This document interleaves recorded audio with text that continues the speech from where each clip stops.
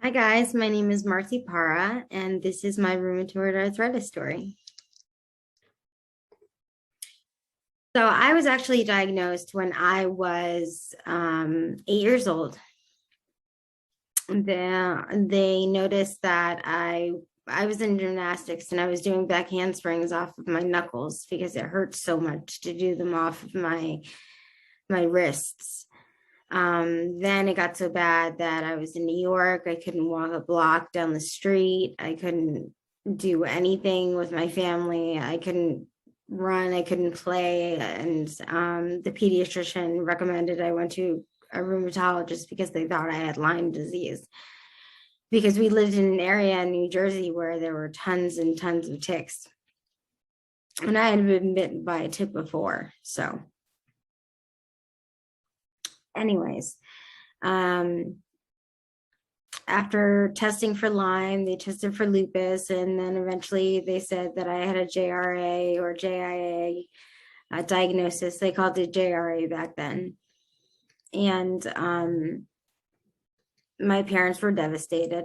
They didn't know what it meant. They didn't know what my life was going to turn out to be like. They didn't know if I was going to be crippled. They didn't know anything. They didn't know anything at all. They were scared for me. They were scared for themselves. And I noticed even as a child how deeply it hurt them to see me hurting. So I always put a smile on and pretended like nothing bothered me, pretended like nothing hurt. And I did that for a long time, but they obviously noticed that the medication that they were giving me wasn't working because all of my joints were still inflamed. So they put me on methotrexate, which was very controversial at the time. I'm 35 now, so it gives you a little bit better of a timeline. And they had me on different doses of methotrexate until it started working, and I was still having flares, but I wasn't having as much of a large flare. And it was only in certain bones at the time with the methotrexate. So that was the best that they could do. And so I was on that until I started becoming a young adult. And I started noticing certain things triggering my arthritis. And food was one of them. And I started doing yoga. And I started reading every book on autoimmunity and healing and everything. That's where actually Dr. Teitelbaum comes in. He'll be featured in the book, but that's kind of a secret. And I did my own research and I started to heal myself. Just by eliminating some of the things that I was eating. And by 15, 16, I went into remission because I grew out of it, but it really had nothing to do with that. It had to do with the fact that I took control of my own body and I was actually doing something different, than just taking the medicine. So they took me off the medication and I was in remission for 7 years. 7 years? No. More like 10 years. 10 years. It came back when I was 25, full blown. And with that, I had a traumatic incident and I fell down the stairs and I broke my wrist and I was hospitalized.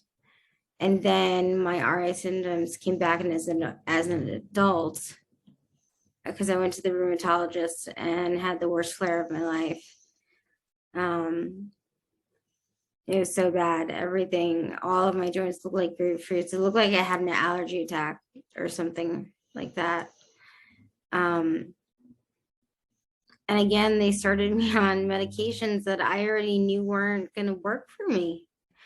And I had been through all of that. I had been through the hydrochloroquine and the sulfasalazine, and I had been through all of that stuff. I had been through the methotrexate, and I needed something stronger as an adult because it came on even worse. And I was older. And I couldn't handle, what I could handle when I was younger. So they put me on a biologic. They put me on Humira with methotrexate, but then nothing was helping. So they put me on pain medication. They put me on tramadol for my really bad flares. I got into a really deep depression, very deep depression, because nothing was helping. I started drinking a lot. That was something that didn't help. My flares, I started drinking a lot, and it just wasn't a good time for me. I was in the depths of despair. I went from having this beautiful remission free amazing life where I was traveling all around the world. I was doing tons of like athletic things. I was using my body in awesome ways. I was, I had energy. I started a company. I did all of these things. And I felt like God just took it away, and was like, you don't deserve them, which is not the case. I know that now. But yeah, so I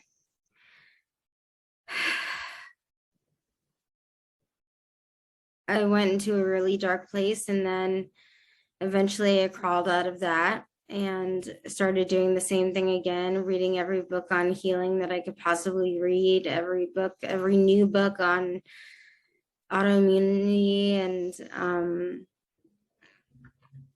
trauma and even alternative healings and everything, and I'm back to the point again where I'm only having a flare maybe once every 6 months, if that, and they'll put me on a small dose of prednisone for like a taper for a little while, and then I'm back to feeling better.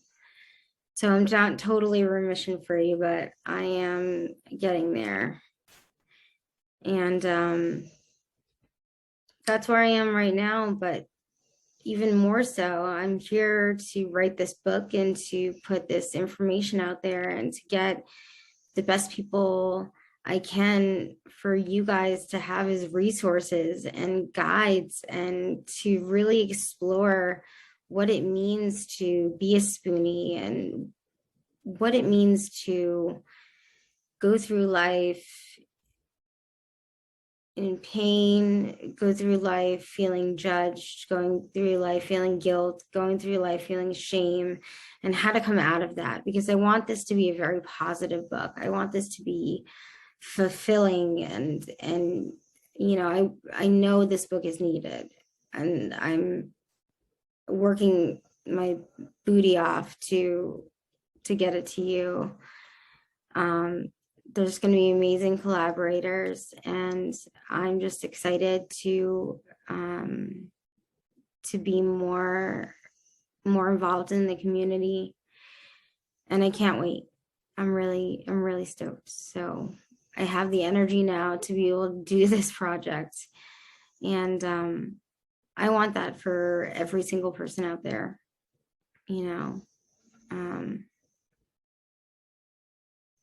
yeah, that's my story. So subscribe and get notifications, because I do have some amazing other diagnosis stories coming in.